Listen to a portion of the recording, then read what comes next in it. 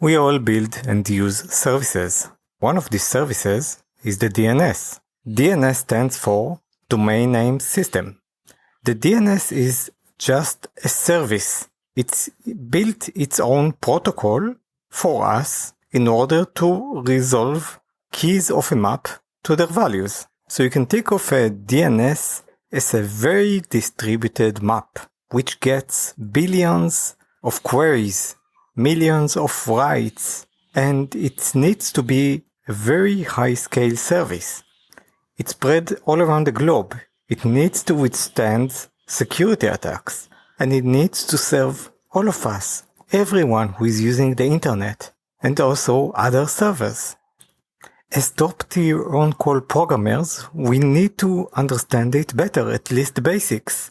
So let's move ahead with it. So as we said, the DNS is a service that is spread globally over the internet. You can think of the DNS as a map.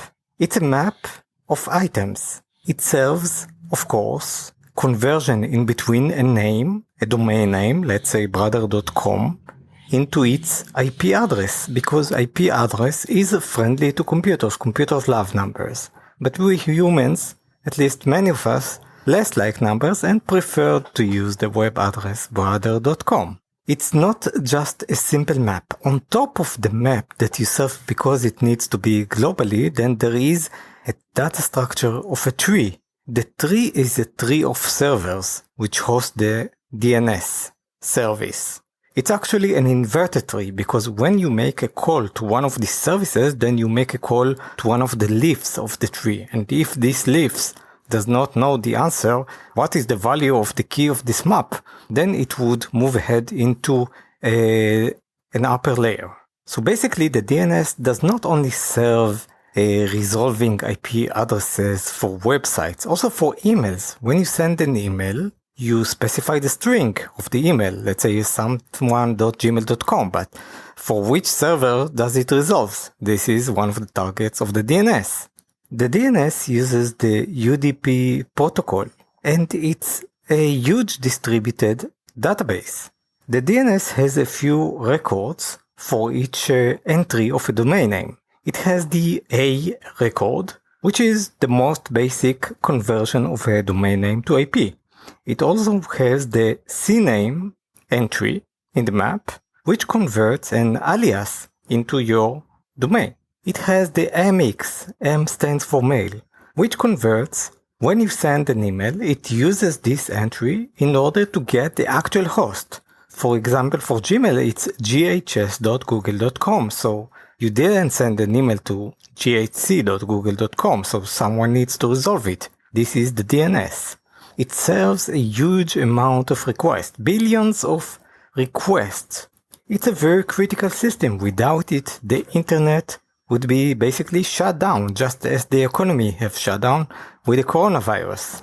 So it needs to support scale, security, and attacks. Even a basic DDoS attack, just as for any other server, could shut it down. So we need to know that DNS is just a standard service.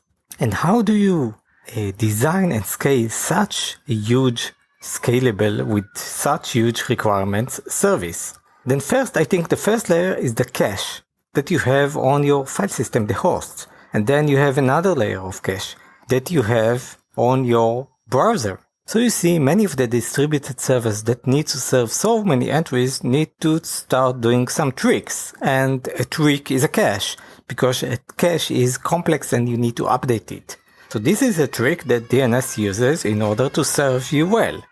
In addition, the DNS uses a very big tree structure where you first go into a recursive server and you try to fetch the name from there, and if not, then you move on to the top tier servers. The CNAME entry that we said, which is an alias, sounds very good because this means that you could map like additional human-friendly entries into the IP, but it's only for subdomains. The DNS protocol is actually part of the TCP/IP suite of protocols. It's like a basic phone book. So when you have your local cache, it's like you are opening your phone book. But of course, it's not enough, because if your phone book is out of date, then you need to access external layers in order to get the actual values. The DNS actually maps just between host names and IP addresses. It also has a reverse map from the IP into the host name. So it's basically a distributed map. And you can make all the tricks. You can start when you create a DNS system. You can start thinking of, how do I serve request? How do I distribute a request in between my servers? Because if I get too many requests, then I have multiple servers. And if you have multiple servers, then you need to think, do I serve them randomly for each server, just as any other service? Or do I do some kind of sharding in between the server?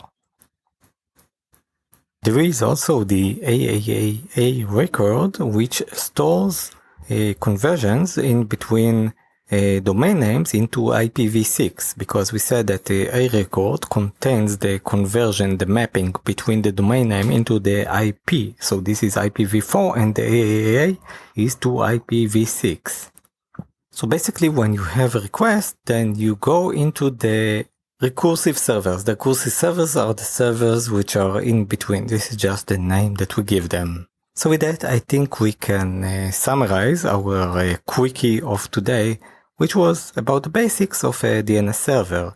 The basic records that it stores, the AAA for IPv6, the CNAME, which is an alias for subdomains, the MX record for mails in order to know which servers to get to. And also we need to remember that basically DNS works only because we believe it, because we say that we all agree that the root servers which provide the basic DNS, we just believe in them and we say, yes, you are the authoritative server, So we are going to trust you, because you could, for example, say, okay, my DNS does not trust the authoritative servers, and from now on, brother.com points to a different IP. You could do this, but the whole internet believes in those authoritative servers and it's using them. It's replicating its data into their recursive servers and into their cache. Therefore, the convention of the DNS, the convention of the authoritative servers, the convention of the intermediate servers, where each layer calls the next layer, this what provides us with the DNS and basically also the internet. So I think this was very interesting. If you have any comments or suggestions, please post them through Apple Podcast reviews and I would read them there. Thank you for listening and I'll see you next time.